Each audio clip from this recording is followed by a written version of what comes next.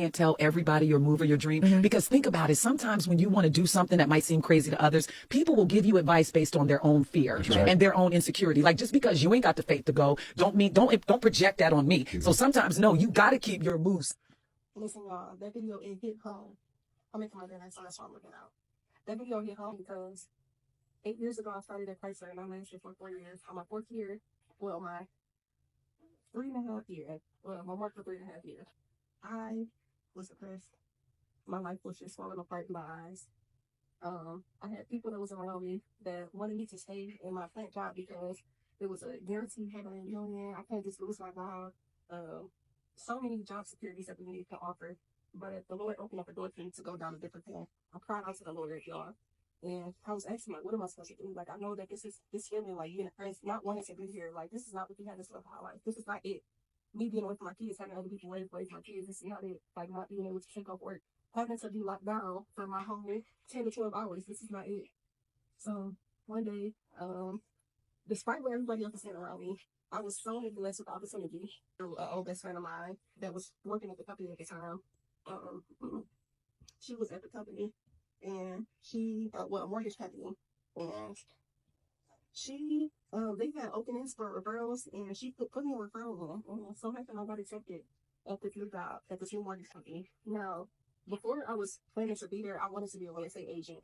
I don't know, I was always drawn over to real estate, generational wealth and stuff, because I always had multiple children. Together, me and my husband have a large family. So I wanted something that was ideal for me to be able to spend time with my wife, spend time with my kids, be able to show up for me and not be depressed. I left my union job and I came over to a job that people were scared that they was going to be laid off. Okay. So yes, I came over to a job. People, they were scared that they was going to be laid off because the 2008 crisis that had happened with the mortgage companies. Just so many things. It was so much in the air that was happening, but I just needed something that I can do. The Lord blessed me with a hybrid job.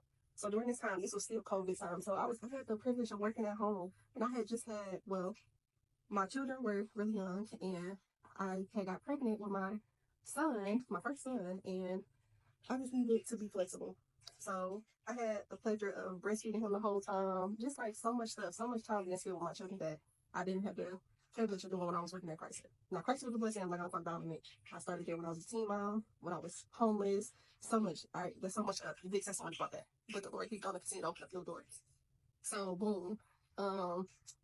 When I started at the mortgage job, I started at the lowest position, making calls for people that just clicked on the website or answered a survey. And I just tried to, it taught me how to fight rejection. It taught me so much. And then when I had went on maternity leave, when I came back, I had a good friend that had told me, come on, girl, we're going to this other side of the company. Now, the one good thing about this company is you can continue to thrive up and up and up. It's never a limit. As far as you can look, as far as you can go, like the Bible say. And I had the pleasure of going over to the appraisal side. I never knew anything about an appraisal. And this is, I went to a team that did everything that involved the appraisal. So I learned every single thing. And I was blessed with a leader that taught me so much, that just encouraged me, spoke to the me that was not here now, and not the me that was coming over from Chrysler, that was from Detroit, that didn't even know how to talk for real, always talking slang. Just learned so much, and even connected with so many great coworkers that taught me so much, gave me so much knowledge, just a lot. Now, over the next 3 years of me being in that role, I was convinced of becoming an appraiser. So I'm not sure if you guys know what an appraiser is, but let me just try to break it down to something that's simple, because I didn't know what an appraiser was. So basically, say you want to buy a house. Well, say somebody, they want to come borrow some money from you so they can go buy a house. And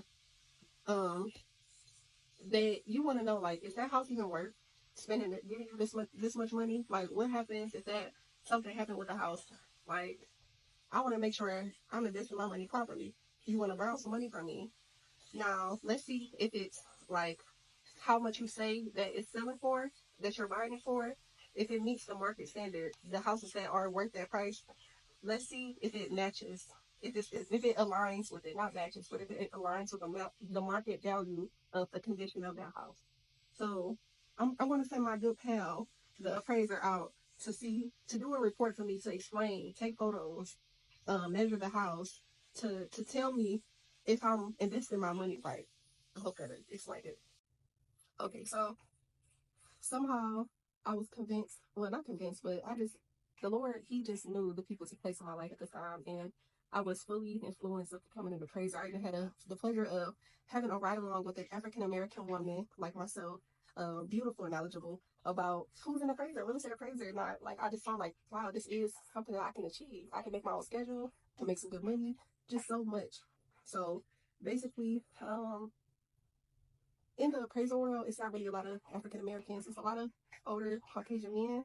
It's not a lot of women appraisers, like just one man period, or based off the appraisals that I managed, and I saw. But it was just a chance that I took on myself, and I did. Well, I didn't do it by myself, but the people around me helped me achieve it. And now I can proudly say that I don't have to clock in to nobody. I can't worry about my family, put myself first, and I got time for myself. Now, it's pros and cons. Like, I know that this is not ideal for everybody because everybody just got their life set up different. But I would say don't give up on yourself. And if you are in a position where you want to be like go somewhere further, maybe the Lord is placing you somewhere so you can learn something and from the individuals that's around you, or just little detailed things. Because all in my journey, my walk to right now, I was just hit with so many different challenges that just expanded my thought process and my knowledge and my point of view and just everything. My last and final thing: never be afraid to take a chance to bet on myself. If I never left Chrysler, if I listened to everybody else around me that was scared, that wanted me to make that Chrysler money, I would never be an entrepreneur. I wouldn't have been a real estate appraiser. I would not have been able to be here and be here where I am right now. It's so much more that I want to tell y'all, but that's in another video.